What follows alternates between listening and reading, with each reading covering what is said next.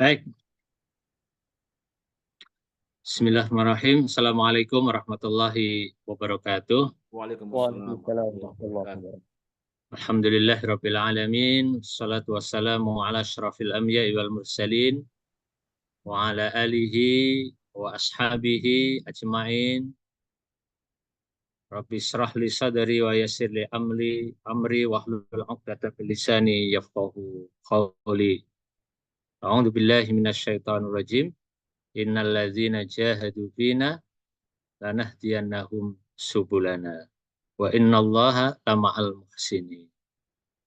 Baba'at ayyuhal hadirun azani Allahu jami'an yang kami hormati pimpinan Dewan Dakwah baik yang ada di pusat di Jakarta ataupun juga pimpinan Dewan Dakwah yang ada di provinsi, kabupaten, kota dan juga kecamatan serta para dai, para guru-guru yang berada di unit-unit pendidikan kampus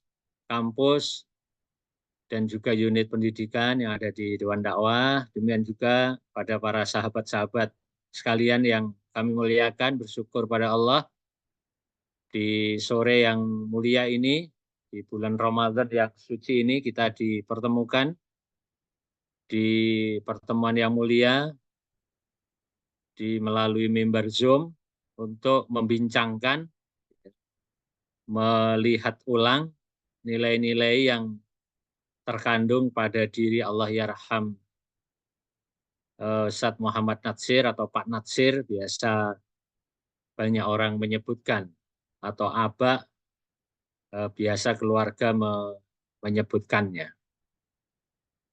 Satu kesempatan yang mulia memang tidak bisa kita pungkiri ketika bicara tentang Allah Yarham Pak Natsir. Di hadapan kita adalah seorang dai, seorang tokoh yang multi talented. Ya. Beliau adalah seorang guru, ya, seorang politisi, seorang dai, seorang birokrat, karena beliau pernah jadi menteri, seorang pejuang, ya, seorang yang patut kita teladani, ya, di dalam berbagai macam, ya, kesibukannya yang luar biasa. Ya. Tentu yang tidak hilang dari sosok beliau itu adalah beliau adalah seorang dai ilallah, menjadi dai ilallah, dan itu bisa kita telusuri ya, ide-ide gagasan-gagasan beliau sebagai rijalud dakwah. Rijalud dakwah itu biasanya dikenali melalui 3 hal yang paling pokok, dan itu bisa kita teladani setelah Rasulullah, para sahabat, para ulama mazahib, ya, para alim dan sebagainya. Beliau mengikuti banyak tokoh-tokoh itu. Yang pertama, seorang dai, dan itu kemudian menjadi teladan kita, ya, yang bisa kita teladani. Beliau ini memiliki gagasan. Gagasannya luar biasa, Masya Allah. Gagasan-gagasannya diserap oleh para murid-muridnya. Masya Allah ya. Beberapa dai senior, seperti Ustadz Wahid, bercerita tentang bagaimana beliau memikirkan di Keramat Raya 45, memikirkan tentang pengiriman dai. Alhamdulillah sampai hari ini masih konsisten, alhamdulillah. Ya. Luar biasa itu. Jadi itu baru aspek pengiriman dai-nya, gagasan beliau ini, Masya Allah. Kalau dihitung dengan dengan finansial, dengan rupiah, sudah entah berapa miliar, ratus miliar atau triliun, ya, barangkali ya, yang itu untuk memudahkan menjadi sarana pengiriman para dai. Masya Allah, ini luar biasa ini, gagasan beliau. Belum yang lainnya ya, ini baru aspek dakwah dalam artian yang bisa kita amati hari ini ya. Bahkan beliau kan sampai menyebutkan dalam bukunya itu ketika wawancara dengan majalah Tempo itu, ya, bahwa sekalipun seseorang itu bicara tentang atau mengajarkan tentang Iqra, tentang Aba Tasa, Dia sejatinya tidak sekedar seorang dai, dia juga sedang mengajarkan tentang politik. Masya Allah, ini luar biasa ya, melewati apa ya, batas pemahaman kita. Politik biasanya dipahami ya soal kekuasaan dan ya yang selama ini dipahami banyak orang, tapi beliau mengaitkan dengan ternyata ada kaitannya dengan pengajaran Al-Quran. Mungkin ini pula ya beberapa muridnya atau di Jakarta saya sering kali mengikuti dalam rapat-rapat itu, ya, itu barangkali yang dipahami dengan politisi bervisi akhirat, barangkali begitu. Masya Allah, ya, itu gagasannya, itu yang dibincangkan. Saya yakin banyak sekali yang dibincangkan. Ya. Setelah dibincangkan, beliau ini yang perlu kita teladani ya, tidak saja dibincangkan, didiskusikan, tapi juga dituliskan. Masya Allah. Jadi kalau bagi kita, kalau kita ingin meneladani beliau, selain kita punya gagasan, gagasan itu kita rawat, ya, kita bincangkan dengan banyak orang, ya, kita bincangkan dengan guru-guru. Ya. Saya yakin beliau kan membincangkan kalau kita lihat kekagetan Ahasan karena beliau tidak jadi mengambil kuliah ke Belanda itu kan ada diskusi yang panjang. Masya Allah. Jadi gagasan, jadi ide. Yang kemudian tertuang ya di tahun-tahun mulai 1932 itu ya kita kalau kita baca dalam buku buku-buku beliau ya, buku beliau luar biasa ya. Gagasan itu kemudian beliau tuliskan. Beliau sebar di dalam ya zaman itu belum kayak kita ya ada apa ini? Ada medsos begini ya. Beliau sebar melalui eh, melalui koran ya. Jadi melalui penerbitan, Masya Allah, luar biasa. Ya. Kapita Selekta, Alhamdulillah, ya, mengumpulkan tulisan-tulisan beliau yang tercecer di banyak media waktu itu. Alhamdulillah itu adalah luar biasa itu. Ya, 3 jilid, Masya Allah. Ya. Saya coba memahami kemarin sebelum Ramadan, ya, jilid yang pertama saya hanya mengambil aspek dakwahnya saja. Saya sudah tuliskan secara berseri di Facebook saya, nanti silahkan dibuka ya. Ahmad Misbahul Anam itu. Itu saya menuliskan sekitar 15 tulisan yang coba memahami gagasan beliau. Ya itu mungkin masih sebagian kecil. Jadi selain gagasan tadi yang perlu kita bisa teladani, yang kedua adalah gagasan itu dituangkan dalam tulisan.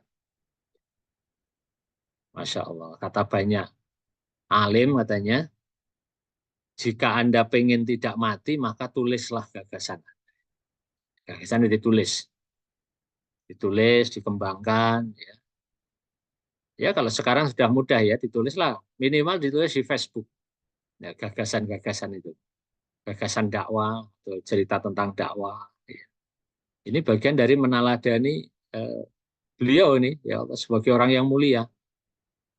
Kehebatan beliau itu karena apa? Menulisnya, Masya Allah. Seperti juga Hamka kan, menulis juga. Ulama-ulama yang lain menulis juga. Kalau nggak bisa menulis, sudah berarti cari santri yang bisa menulis. Kita ajak kemana-mana. Barangkali begitu ya. Ya ini penting ini ya. Penting. Ya. Jadi gagasan itu ditulis. Masya Allah ini dahsyat ini. Luar biasa ditulis. Setelah ditulis, beliau wujudkan dalam praktek nyata. Nah, itu luar biasa ya. Mungkin puncak dari pikiran, dari tulisan beliau itu, setelah beliau tidak aktif di politik praktis, kemudian mendirikan Dewan Dakwah, mulailah di situ, ya, secara konkret gagasan beliau itu bisa diwujudkan dalam konteks dakwah ini ya, dalam konteks dakwah. Walaupun Dewan Dakwah kan tidak bisa dipisahkan pada aspek politik ya, politik nilai gitu ya. Ya beliau wah luar biasa itu diuruslah ya, dipilihlah ya pesantren-pesantren mana yang saat itu akan dijadikan apa ini pemasok kader-kader dakwah. Masya Allah dipilihlah ya. mulai dari yang sebelah paling timur ya, dari mana? Dari Persis Bangil ya, kemudian dari Lamongan, dari Paciran ya, dari Gresik, dari Gontor ya. Dipilih untuk apa? Mewujudkan tadi ya gagasan-gagasan beliau, dan beliau rawat gagasan ini. Kalau seumpama ya kita hitung saja dari tahun 30-an berapa tahun beliau ini bersabar merawat gagasannya. Masya Allah, ini patut kita contoh, patut kita contoh ya. Jadi naik turunnya politik dan lain sebagainya tidak menghilangkan itu. Nah, ini penting. Saya suka menyebutkan di hadapan mahasiswa Sekolah Tinggi Ilmu Dakwah Muhammad Natsir ya. Tidak apa-apa ya. Jamaah binaan kita itu hanya sedikit. Yang penting kita istiqomah. Ya, karena nanti keistiqomahan kita itu akan menjadi bagian penting dari proses kaderisasi. Ya. Ustadz Adianusa ini seringkali menyebutkan jangan kalah dengan Wiro Sableng gitu ya. Wiro Sableng muridnya satu, tapi ditekuni jadi juga itu, jadi pendekar yang hebat itu. Ya, jadi memang beliau ini Masya Allah ya, pribadi yang sangat sangat sabar dalam kaitannya dengan para kadernya. Saya sendiri sebenarnya tidak langsung bertemu dengan beliau. Saya masuk Jakarta, beliau sudah wafat. Ya. Tapi saya dapat cerita dari ayah saya. Saya di kampung itu langganan Panji Masyarakat. Suka menceritakan Pak Nasir dan suruh baca buku Panji Masyarakat. Hanya itu aja sih. Maka ketika ke Jakarta saya tidak asing walaupun tidak ketemu dengan beliau. Jadi memang luar biasa ini ya. Saya pernah dapat tugas dari Dewan Dakwah di tahun mungkin 2010-an ya ke Sibolga. Sibolga ini Sumatera Utara ya. Waktu di Sibolga itu saya ketemu dengan bapak-bapak ya. Beliau ini merebut masjid, tinggalnya di samping masjid. Ngobrol-ngobrol cerita, dari mana Dek? Saya dari Jakarta. Di mana di Jakarta? Saya di Dewan Dakwah. Ini ke sini kita habis dari beberapa tempat di beberapa tempat untuk daurah ya, melaksanakan tugas dari Dewan Dakwah. Kata beliau, Masya Allah dengan berkaca-kaca cerita, Masya Allah, berarti kamu ini ya penerusnya Nasir, Masya Allah. Saya juga kaget ya. Beliau bercerita di tahun-tahun 50-an, ya, tahun 60-an katanya, kalau Pak Nasir pergi ke Sibolga itu seluruh ini ya tukang beca, tukang andong, saat itu ya pedagang-pedagang di pasar itu libur untuk apa? Menghadiri tablik akbar yang pembicaranya adalah Allah Yarham Pak Nasir. Masya Allah. Luar biasa. Jadi kalau saya lihat ini ya, lihat kisah-kisah ini ternyata selain Pak Nasir itu adalah seorang tokoh yang mumpuni, ya, dakwah Islam itu terkait dengan orang rindu kepada Islam ini sebagainya, rindu ketemu dengan tokoh Islam, sebenarnya tidak hadir hari ini, sudah dari dulu, sesuatu yang sudah menjadi bagian dari urat nadi kehidupan kaum muslimin. Ya. Kan ini sekaligus juga untuk apa ya? Untuk menghindari kadang-kadang ya dai-dai hari ini itu merasa dakwah itu baru jalan hari ini. Nah, tabligh akbar banyak itu baru hari ini. Nah, ya. Sudah dari dulu ya, dari dulu ya. Guru-guru kita ya, Allah yarham ini Pak Nasir telah menjadi bagian dari gerakan dakwah yang luar biasa. Saya pernah dengar dari mertua saya ya.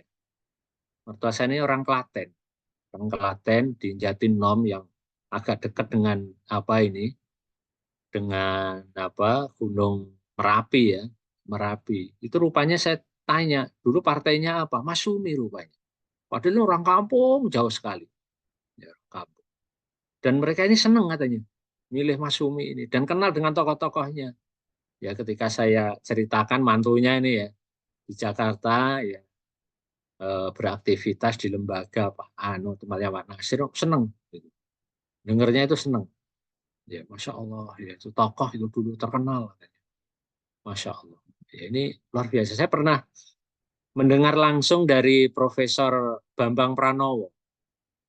Allah Yarham. Mungkin ada yang kenal, teman-teman dari Jogja pasti pernah kenal ini, dosen di UIN Kalijaga dan kemudian ketika ke Jakarta jadi guru besar atau dosen di UIN Jakarta. Waktu itu presidennya siapa ya? Apa sudah Pak Bambang Yudhoyono ya? Beliau menjadi wakil Kemenhan, Kemenhan.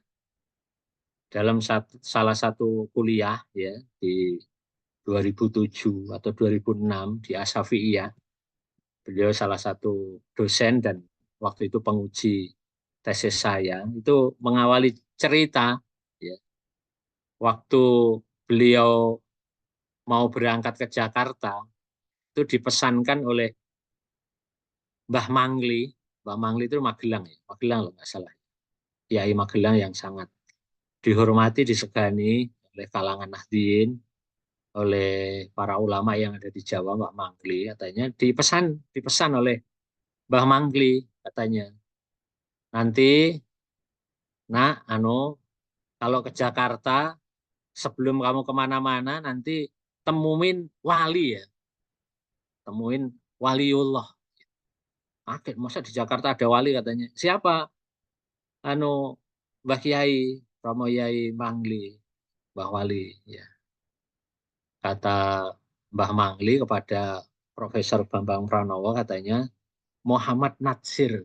Allah Akbar. Jadi di kalangan Nahdien sekalipun ya saya dapat cerita ini langsung di dalam satu kelas. Nah, mungkin teman-teman yang sekelas dengan saya atau kakak kelas angkatan saya, ya Dr. Imam juga pernah mendengar langsung juga kalau nggak salah. Jadi ternyata Mbah Muhammad apa ini Abah Muhammad Natsir ini, Allah ya Muhammad Natsir itu di kalangan para alim di Jawa ya, di tahun itu angkatan itu diposisikan sebagai wali katanya. Masya Allah. Itu mungkin di tradisi teman-teman Muhammadiyah di Persis kan tidak ada ya tradisi wali ya, kecuali wali murid barangkali itu ya. Tapi di tradisi Nahdien itu berkembang begitu tuh. Masya Allah. Jadi itu kan menunjukkan bagaimana beliau itu amat dekat dengan masyarakat ya. Karena wali itu biasanya dalam tradisi Jawa ya, ya dalam sosiologi Jawa adalah guru-guru yang menyatu dengan kehidupan masyarakat. Dan itu barangkali itu pula barangkali yang beliau lihat dan sekarang masih membekas ya, para dai-dai yang dikirimkan oleh beliau dan kemudian diteruskan oleh Dewan Dakwah sampai hari ini. Wah, dai-dai itu selalu punya tempat di hati masyarakat langsung. Dan beliau seringkali menyebutkan, hendaklah para dai itu berbenteng di hati umat.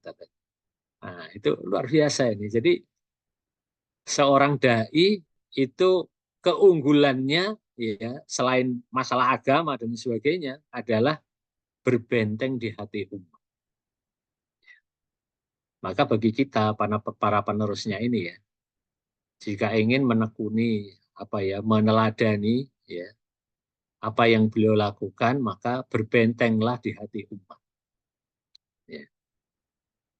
Allah yarham Ustadz Juwada Bahri seringkali memesankan itu pula kepada dai-dai yang akan berangkat ke lapangan. Kamu nanti di lapangan ya, kalau sekedar mengandalkan apa ini, taruhlah hadiah kiriman dari Dewan Dakwah ya seberapa. Ya. Kalaulah bisa mendukung, ya paling sekedar untuk mendukung hidup, tapi kan belum bisa mendukung dakwah. Ya, karena dakwah itu memerlukan banyak sekali investasi. Dan investasi untuk kegiatan dakwah itu tentu tidak cukup hanya mengandalkan kiriman dari Jakarta. Dari Jakarta paling banyak 1 juta, tidak mungkin itu. Maka ya kegiatan-kegiatan yang dirancang oleh para dai itu ya dia memerlukan daya dukung dari masyarakat dan daya dukung masyarakat itu akan apa ini senafas sebanding atau mengalami ya apa ini penguatan dari kekuatan dai itu sendiri yang dia ya berada atau hidup ya dengan masyarakat. Jadi karena apa ya? Jangankan ya kecukupan kiriman dai ya. Nah, Dewan Dakwah seringkali menyebutkan Dewan Dakwah itu nggak punya uang. Uangnya di mana? Uangnya ada di masyarakat. Uangnya itu ada di masyarakat. Uangnya itu ada di umat. Maka berbentenglah di hati umat. Ya. Bukan kita minta ke umat untuk membiayai kita, tapi minta umat untuk ikut serta membiayai program-program dakwah ini. Dan saya yakin kalau dai-nya itu berbenteng di hati umat, menyatu dengan umat, insya Allah apa yang diperlukan oleh dai untuk pengembangan dakwah itu insya Allah akan dimudahkan. Ya. Ya, jadi mungkin seperti sebuah ayat ya. A'udzubillahi minasyaitonirrajim. Alladzina yatluna kitaballahi ya'rifunahu kama ya'rifuna abna'ahum. Orang-orang yang senantiasa membaca Al-Quran, membaca kitab, ya, maka Allah akan berikan makrifat. Seperti orang tua mengenali anak-anaknya. Masya Allah ya. Jadi hubungan kita dengan masyarakat itu dicontohkan oleh Pak Nasir tadi. Saya banyak mendapatkan cerita kalau ada tamu dari daerah, ya, Pak Nasir itu Masya Allah katanya mencatat dan mengajak bapak-bapak yang lainnya untuk ikut mendengarkan, menjadi saksi. Dan itu kemudian besoknya menjadi bahan rapat bagaimana mewujudkan harapan-harapan dai. Ya, saya pernah dapat cerita dai di Jawa Timur ya untuk membebaskan satu tanah di mana di Malang di daerah Batu itu ya. Sang dai mengirimkan apa ini mengirimkan mengirimkan laporan ya, mengirimkan laporan. Ketika mengirimkan laporan isinya adalah minta pembiayaan untuk pembebasan tanah. Ya. Konon katanya dai ini karena kesibukan Pak Natsir itu tidak sempat ketemu, tapi ditemui oleh Allah yarham Ustadz Bukhari Tamam, ya, bendahara loh nggak salah bendahara atau sekretaris ya Dewan Dakwah saat itu. Ya. Lalu kemudian oleh Ustadz Bukhari Tamam Allah yarham sang dai ini suruh pulang, ya suruh pulang. Ternyata begitu saudara nyampe ke Jakarta, sampai ke Jawa Timur, rupanya Pak Nasir itu sudah mengirim memo tentang pengiriman uang. Uang itu sudah dikirim, jadi begitu dainya nyampe Jawa Timur, ya uang itu sendiri sudah sampai ke Jawa Timur. Untuk apa? Membebaskan tanah. Ya, zaman itu ya tentu Pak Nasir mungkin bukan dananya sendiri ya, Pak Nasir ini kan punya banyak koneksi-koneksi ya, yang diajak ikut serta. Ya maklum beliau ini tokoh ya, tokoh umat dan tokoh bangsa. Gitu. Masya Allah. Ya. Ya kalau hari ini memang beda ya kondisinya ya. Banyak dai yang minta barangkali ya. Minta kiriman apa belum langsung kita lakukan. Tapi bapak-bapak selalu bagaimana memikirkan dalam rapat-rapat ya. Rapat-rapat rebuan ya. Mengikuti tradisi rapat kala itu ya. Itu selalu memikirkan gimana caranya. Apa yang bisa kita lakukan. Ya. Bahkan kadang-kadang nekat. Itu. Udah yang penting diiyain aja dulu. Nanti baru ya, kita meminta kepada Allah dan mengabarkan kepada para muhsinin. Nah, luar biasa ini. Cita-cita beliau yang kemudian juga hebat juga ya, luar biasa itu.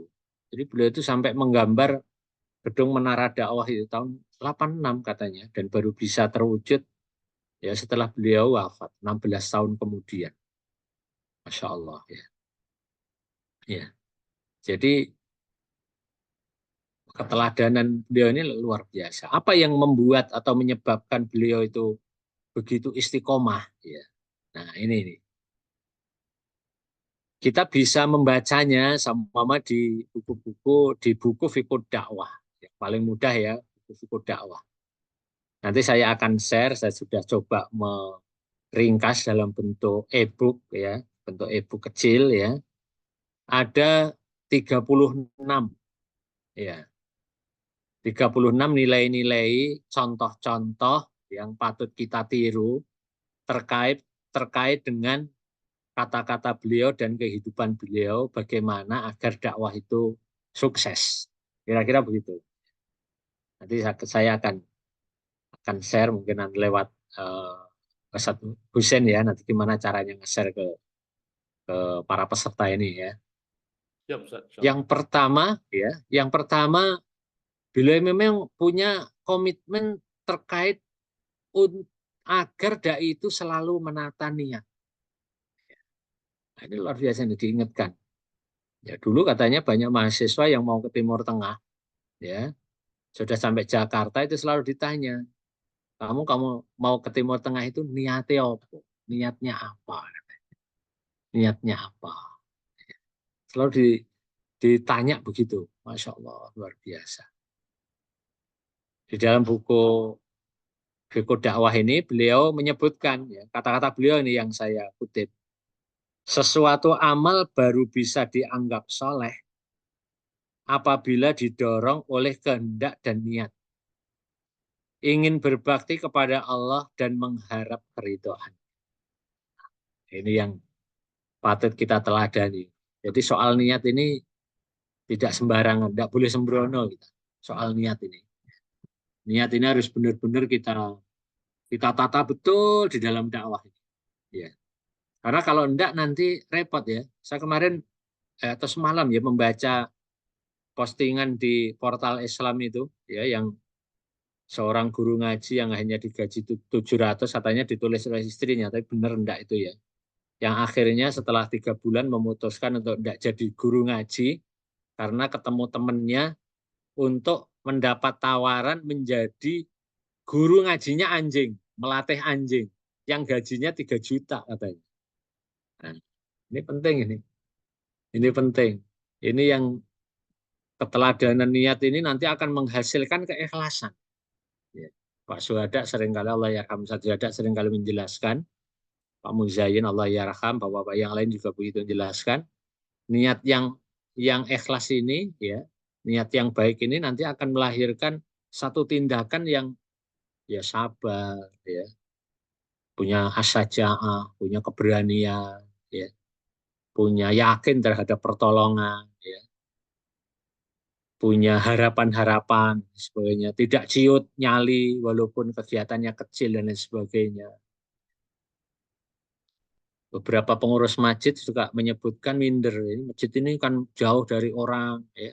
Bagaimana mungkin nanti isi kotaknya dan lain sebagainya. Waduh, kalau pikirannya begitu repot kita. Ya.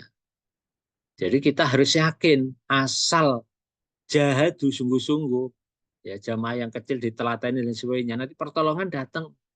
Ya, ini yang paling penting. Jadi niat ini harus kita jaga.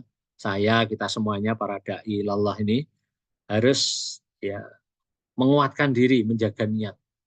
Tanpa niat, ya adik-adik yang sekarang sedang kuliah di STID tentu ya tidak kuat. Tinggal di asrama panas ya, sumpek ya, masak sendiri, ya kan ya, tugas-tugas yang numpuk ya, sarana peralatan yang tidak mencukupi kan ya, wah repot. Ya, tapi kalau niatnya ada, insya Allah ya. Juga para mahasiswa yang sekarang sedang melaksanakan kafilah dakwah ini ya, masya Allah di tengah ya, katanya belum tahu ini pulangnya sudah ada uang atau belum gitu. Kalau niatnya nggak kuat tuh repot itu. Jadi menurut PJ-nya, panitianya baru cukup untuk berangkat gitu ya Pak Dr. Budiman ya, rektornya ini, masya Allah, ini berangkat aja lah, yang penting berangkat aja, masya Allah. Dan itu pernah juga tahun 2010 ketika eh, mengirimkan dai pengabdian 1 tahun atau 2 tahun STD Muhammad Natsir. Waktu itu kita diskusi dengan bapak-bapak waktu itu. Kebetulan saya dikasih amanah untuk mengkoordinir ya. Kata Pak Adi Salamun dari Lasnas Dewan Dakwah, katanya ini anak-anak bisa berangkat, tapi baru uang berangkat dan jatah untuk 6 bulan. Sementara mereka ini mengabdinya 2 tahun. Gimana? Saya mengusulkan udah yang penting berangkat aja dulu. Ya, kalau sudah berangkat kan kita bisa laporan pada Allah. Kalau belum berangkat ya gimana kalau mau kita minta kan ya. Nah, berangkat alhamdulillah 12 orang modal 6 bulan itulah yang kemudian alhamdulillah ya masih istiqomah sampai hari ini dalam pengiriman dai, bahkan tiap tahun bertambah. Bahkan banyak pula yang menikah di sana. Masya Allah, nggak pulang. Ya. Allahu Akbar. Jadi itu perlu istiqomah memang. Ya, itu keistiqomahan. Ya. Nah, istiqomah itu hasil dari niat. Dan ininya. Nah, ini yang pertama ya. Yang kedua kata beliau, ya, yang patut kita teladani dalam konteks dakwah, selalu memiliki kesiapan untuk mengambil bagian dalam dakwah. Harus siap, pokoknya kirim pedalaman, angkat, Insya Allah. Banyak dari STID itu yang dulunya ya mungkin ya namanya manusia ya, mau dikirim itu ragu-ragu. Ya.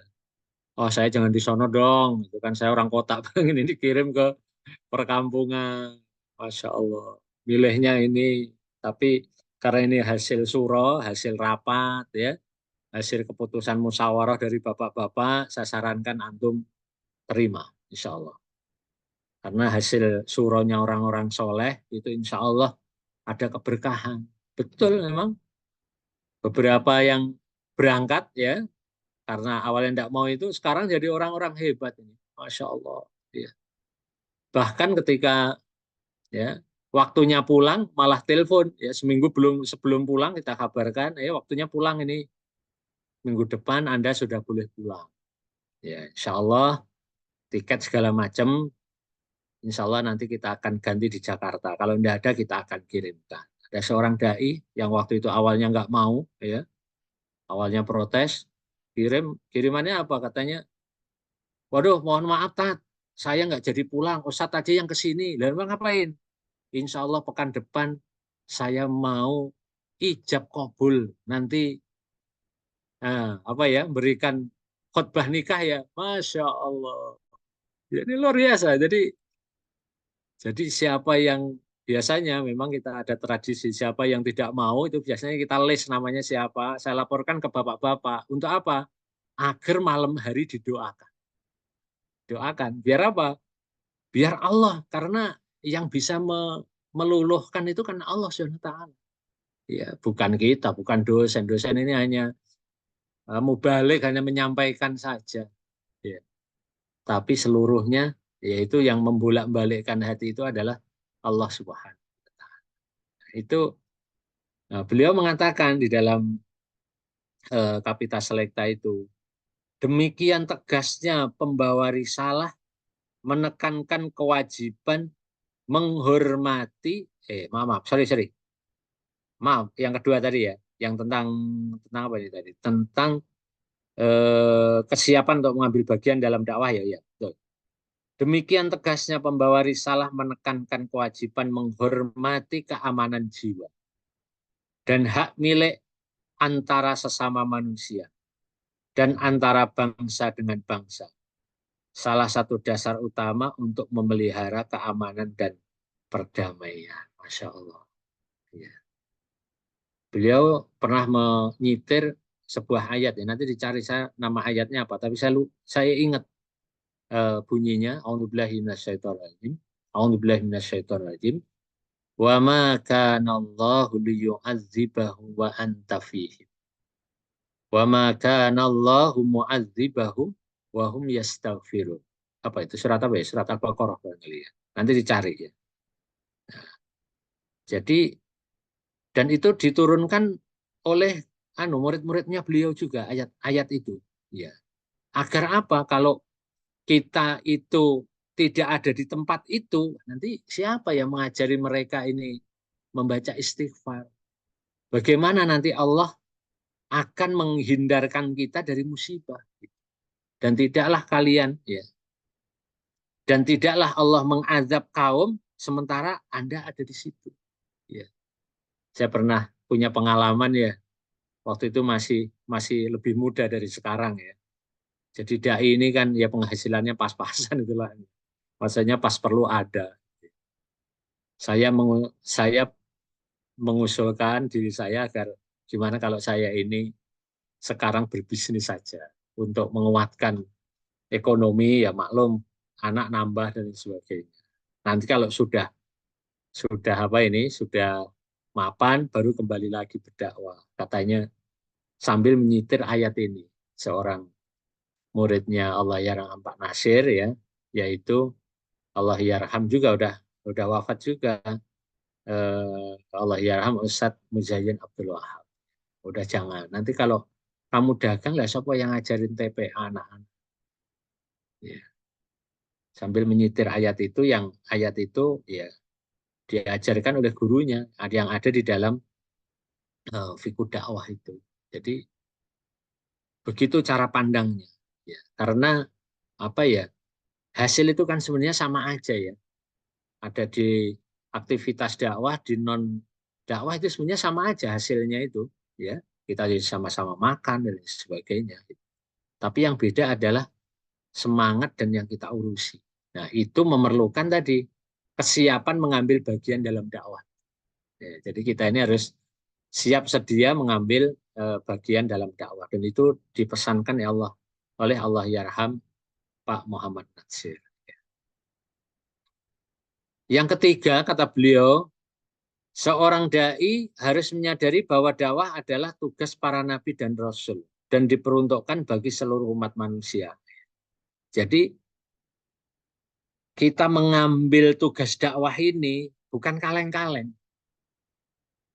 Bukan karena sudah melakukan ini nggak sukses, sudahlah saya jadi dai aja. Bukan. Bukan. Saya ngelamar ini nggak diterima, udahlah saya nekunin dakwah aja. Bukan. Tapi dakwah itu kita ambil karena apa? Kita menyadari bahwa dakwah itu adalah tugasnya para nabi dan rasul. Itu. Jadi tugas nabi dan rasul itu bukan dagang, bukan. Bukan bangun negara juga bukan. Negara itu anu saja, itu akibat dari dakwah.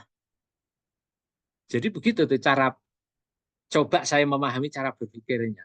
Iya kan? Nah, karena dakwahnya sukses, wujudlah kemudian ya ya negara, mungkin negara Madinah ya. Tapi diawalinya dari dakwah. Dari kecil-kecil. Rasulullah mengirim Mus'ab bin Umair sebagai delegasi dakwah itu. Pak Muhammad Natsir mengirimkan dai-dai ke lapangan yang masih terus bisa dirawat oleh Dewan Dakwah sampai hari ini. Ya, ngirimkan itu, orang jadi tahu, orang jadi sadar. Nah, dengan sadar itu mungkin aja nanti diawali dari bawah, ya kan? Button up dari bawah, ya. Apa itu? Nanti dari hasil didikan kita akan lahir tokoh-tokoh yang ada di kampung-kampung itu. Kalau tokoh itu nanti satu saat dia jadi ketua RT, naik jadi ketua RW, naik jadi lurah, mungkin jadi bupati, terus kan begitu nih anunya. Jadi begitu. Nah, kalau itu, masya Allah ya, pemimpin-pemimpin lahir dari masyarakat. Yang masyarakat itu ya hasil dari dakwah itu, masya Allah. Saya boleh bercerita ya, alhamdulillah ya. 2 tahun ini saya sangat senang sekali ya. 2013 kita ngirim dai ke satu kawasan namanya Tubeket. Tubeket ini kepulauan yang ada di Mentawai, yang paling dekat dengan Sikakap. Kita kirim dai yang pertama dulu Muhammad Yasir yang sekarang memiliki apa ini pesantren apa bahasa Arab yang ada di Aceh. Alhamdulillah 1 tahun beliau laporan kayaknya perlu dikirim dai berikutnya. Oke, dai berikutnya kita kirim, namanya Ustadz Heri Sitorus. Heri Sitorus itu udah mulai kelihatan bibit-bibit. Ya, kita didik, ya alhamdulillah hari ini anak yang dulu TPA dididik oleh Heri Sitorus itu sudah semester 4 di Sekolah Tinggi Ilmu Dakwah Muhammad Natsir. Allah, berapa tahun itu menekunin itu. Allah Akbar ya. Dari SD, SMP, SMA, sekarang kuliah. Allah Akbar. Masih itu orang yang itu. Nah, anak-anak dai-dai yang asli itu kalau kemudian kita, istilah kita di Dewan Dakwah namanya dai pulang kampung, kita pulang kampung kan. Wah, itu akan jadi dai yang hebat itu. Iya. Dai yang memiliki keterikatan, ikatan nilai ya, dengan seniornya. Masya Allah. Dia memiliki jaringan, ya, memiliki networking, ya. Dunia hari ini katanya salah satu kecerdasan itu adalah kecerdasan networking. Kecerdasan networking. Ya, ini luar biasa ini. Indah sekali. Ini anak ini berarti nanti 2 tahun lagi lulus akan jadi tokoh. Ya, dan itu memang ada tesisnya. Saya pernah mendapatkan satu cerita ya dari Allah Yarham Pak Syuhada Bahri ya menirukan kisah yang ditemukan oleh Pak Nasir juga. Jadi mengapa kemudian juga di antaranya daerah itu dikirim dai katanya itu karena ada satu hasil penelitian ya tesis atau doktoral ya di Universitas Wacana, universitas paling kerennya punya Katolik yang ada di Salatiga. Mungkin ada pernah dengar ya. Nah, itu hasil penelitiannya adalah ketika era Gestapo atau era 65 itu banyak tokoh-tokoh kampung yang lari ke kota ya. Apakah itu aktif menjadi pegawai negeri atau jadi politikus dan sebagainya, rupanya orang Kristen ini masuk ke kampung-kampung yang kala itu kampung tidak ada lagi tokoh agamanya, karena tokoh agamanya pindah ke kota. Nah, luar biasa itu. Nah, itu ditangkap. Ya. Penelitian itu, hasil penelitian ditangkap oleh Pak Natsir yang kemudian menjadi satu catatan untuk apa?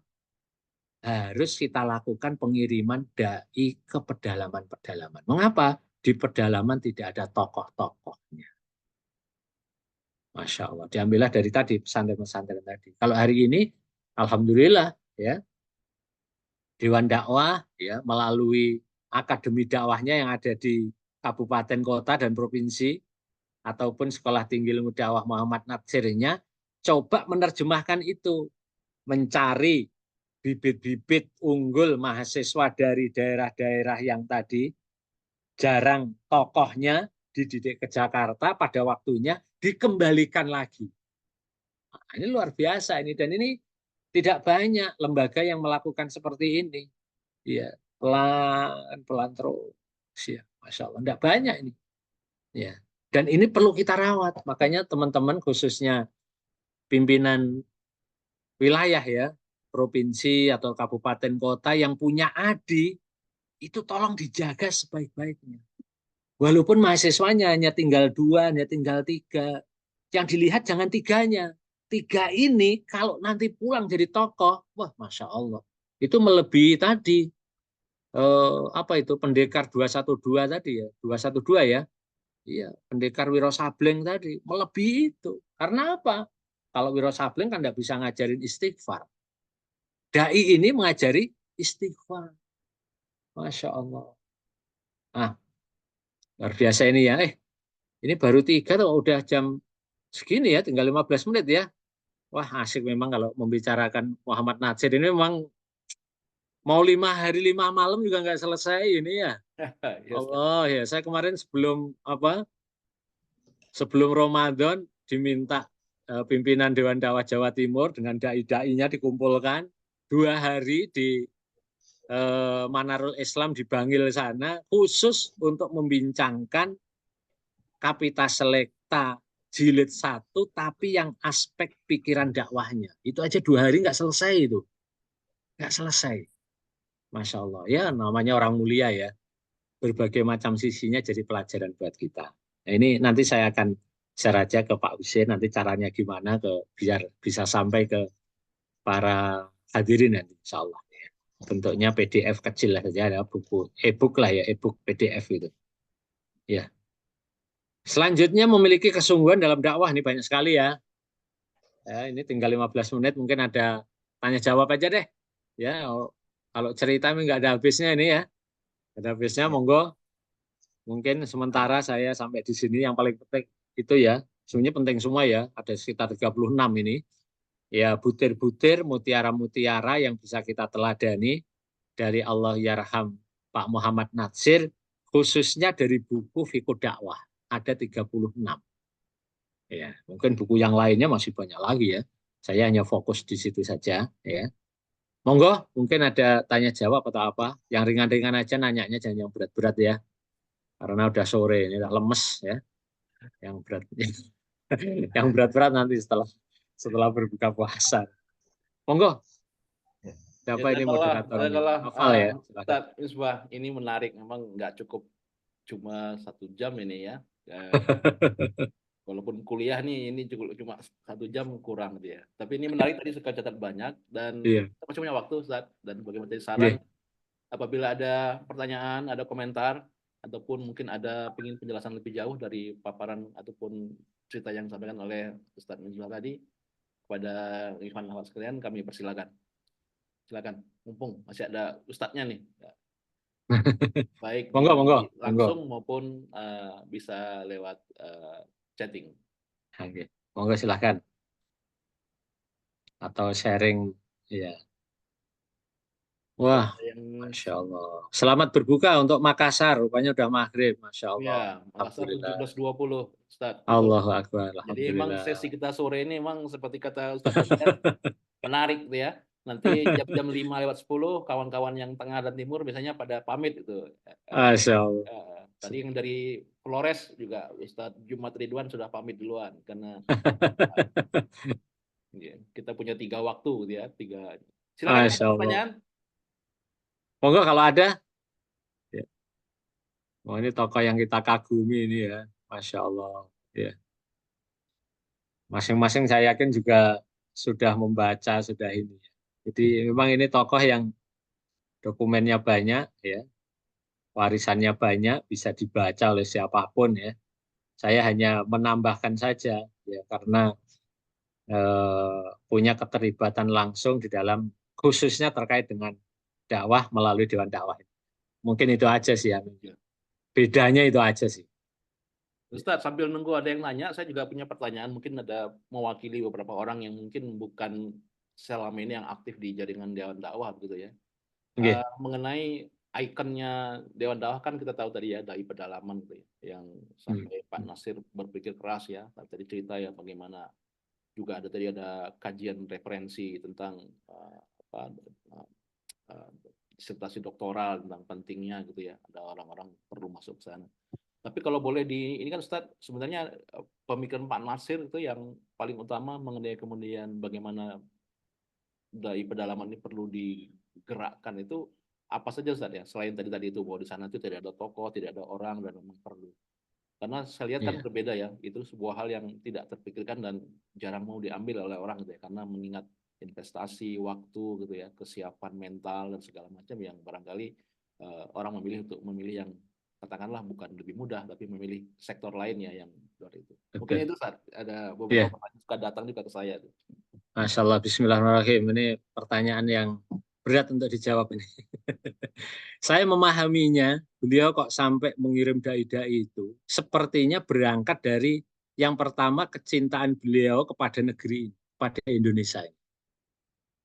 Masya Allah. Kalau dialog-dialog beliau di sekitar tahun 30-an kan bagaimana beliau berusaha membela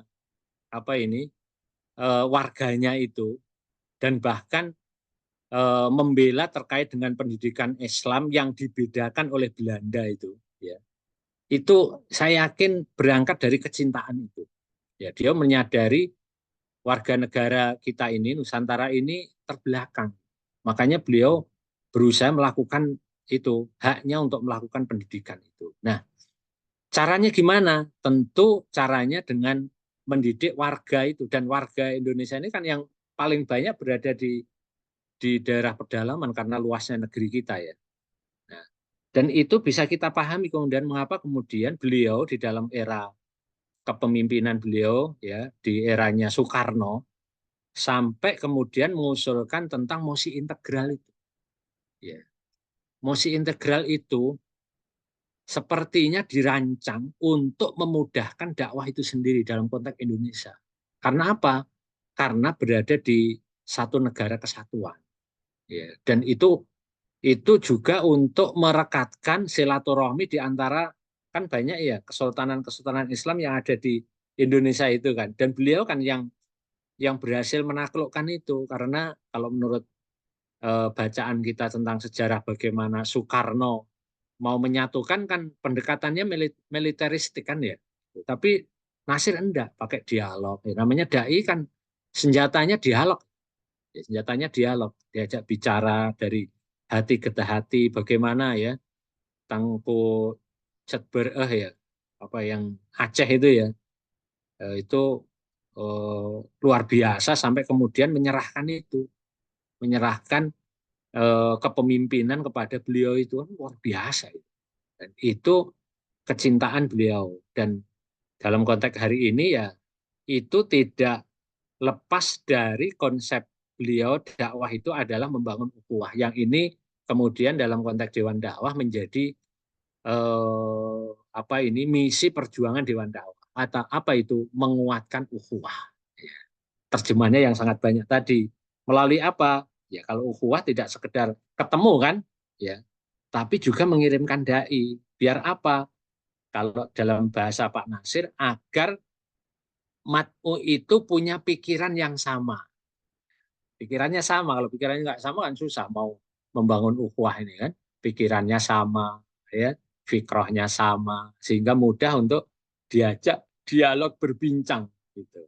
Jadi saya kok memahaminya seperti itu, Pak Husen. Ya. Jadi sepertinya kiriman dai itu untuk menerjemahkan lebih lebih strategis lagi untuk tadi mewujudkan ukhuwah, mewujudkan persatuan, ya persatuan di antara umat yang ada di negeri ini. Bahkan beliau di apa itu di Kapita Selecta itu ketika menulis tentang perbedaan pendapat katanya, perbedaan pendapat itu jangan dilakukan karena niatnya untuk kalah dan menang, tapi untuk mencari kebenaran. Toh ya, yang berbeda itu kan hanya sedikit, jangan sampai perbedaan yang sedikit itu justru kita besar-besarkan. Padahal kita punya ya potensi-potensi ya kesamaan-kesamaan yang luar biasa banyaknya. Mengapa bukan itu yang kita bicarakan katanya. Jadi luar biasa itu. Jadi beliau ini ya dengan cara diterjemahkan mengirim dai itu sepertinya menerjemahkan tadi beberapa gagasan-gagasan beliau, apakah gagasan tentang kebangsaannya masih integral atau gagasan beliau yang sifatnya fundamental dalam agama kita yaitu ukhuwah. Maka dikirimlah dai-dai itu. Dengan dikirimnya dai, insya Allah ukhuwah itu akan mudah menemukan jalannya. Wallahu a'lam bishawab. Mungkin itu si pandangan saya. Jazakallah khairan katsir, Ustaz. Cukup jelas Nggih. dan Masya Allah itu tidak semua orang bisa menanggung ya ide dan melaksanakannya seperti itu, Ustaz ya. Iya, Jadi Masya Allah. Masya Allah. Nggih. baik, tapi ternyata waktu juga nih Ustaz ya yang membatasi kita. Ternyata Masya Allah, waktunya ya. sudah tinggal 3 menit lagi. Nanti saya izinkan mungkin Masya ada satu Allah. pertanyaan lagi barangkali ya. Nggih, monggo. Nah, nanti saya minta yang nutup bukan saya tapi Akhi Novel nih sudah muncul rupanya. Masya Allah, ya, ya. Ya. Nggih, nggih. Silakan ada pertanyaan lagi. Kalau tidak ada memang kita cukupkan, tapi kalau ada masih ada satu pertanyaan bisa ditampung. Tidak ada. Baik Ustaz, kelihatannya cukup ya dan sebagian juga sudah pamit karena emang ini sudah waktunya berbuka Maghrib. untuk Indonesia Tengah nih. Ini ada Betul, betul. Zaki juga dari Kaltim sudah pamit mundur. Masya Allah. Tapi jazakallah khairan Ustaz dan Assalamualaikum. Nggih. sangat bermanfaat dan Syukran, kayaknya syukran waktunya. ada beberapa ide dari beberapa peserta sebelumnya, ada beberapa topik atau isu yang kelihatannya menarik untuk dibikinkan seperti kayak kajian. Nanti saya akan coba bincangkan dengan ketua umum ya. Contohnya Nggih. misalnya soal Sirah Nabawiyah yang cukup banyak bertanya apakah bisa seperti kayak berseri gitu ya. Nah ini tentang pokok-pokok pikiran Pak Nasir ini juga barangkali menjadi hal yang menarik untuk kemudian jadi bahan kajian yang berkala gitu Ustaz ya. Nanti kita coba Nggih. diskusikan dengan ketum bagaimana baiknya nanti pasca Ramadan untuk kedepannya karena mungkin banyak juga yang ingin tahu dan ingin menggali dan belajar dari situ gitu ya, dari pakar-pakarnya dan yang Insya Allah. lain. Nanti kita bikin kelas lah setelah baca Ya, Ramadan kira-kira gitu. begitu. Boleh lah. Insya Allah. Silakan. Syukran Ustaz, Nggih. jazakallahu khairan dan saya Baik, serahkan nggih. kepada Sehat selalu. Akhina Nggih, Novel syukran. untuk menutup supaya komplit dan sekali lagi terima kasih untuk masukan dan untuk penjelasan dan kisah-kisah dan segala pembelajarannya pada hari ini. Silakan Akhina Novel. Baik, terima kasih kami ucapkan kepada Al-Ustadz Misbahul Anam yang telah memaparkan materi pada sore hari ini. Apabila ada salah kata dari saya sebagai moderator, saya mohon maaf yang sebesar-besarnya, dan semoga apa yang kita dapatkan pada sore hari ini menjadi tauladan bagi kita, bagaimana kita berdakwah itu harus memperhatikan niat, dan juga bagaimana kita berbenteng di hati umat, seperti apa yang dilakukan oleh Allahyarham Dr. Muhammad Natsir. Mungkin ini yang dapat kita sajikan pada sore hari ini. Marilah kita tutup diskusi pada sore hari ini dalam bacaan marilah kita tutup acara pada hari ini dengan bacaan kafaratul majelis. Subhanakallahumma wa bihamdika asyhadu an la ilaha illa anta astaghfiruka wa atubu ilaik.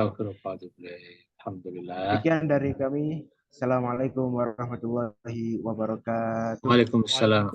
Masya Allah. Selamat. Ya, selamat untuk berbuka. Masya Allah. Oh ya, mohon doa ya, ini ada berapa katanya dai yang sedang kafilah dakwah yang sedang sakit, mohon didoakan di penghujung sore ini. Semua diberikan kesabaran dan kekuatan serta kesembuhan ya. Kalau yang sedang ada di mana tadi katanya? Di NTT ya? Di NTT atau mana katanya ada yang sakit? Di Aceh ya, oh ya Aceh, Pulau Banyak ya. Oh ya Aceh, Pulau Banyak. Nah, Pulau Banyak, Masya Allah. Mohon didoakan, semoga diberikan kesembuhan. Ya, kita doakan supaya lekas pulih dan dan doa lah di antara kita ya, semoga tetap ya perkawanan dalam dakwah ini lebih abadi. Nah, Insya Allah. Waalaikumsalam warahmatullahi wabarakatuh. Monggo. Saya pamit dulu ya. Insya Allah. Selamat semuanya. Mohon maaf. Assalamualaikum. Waalaikumsalam.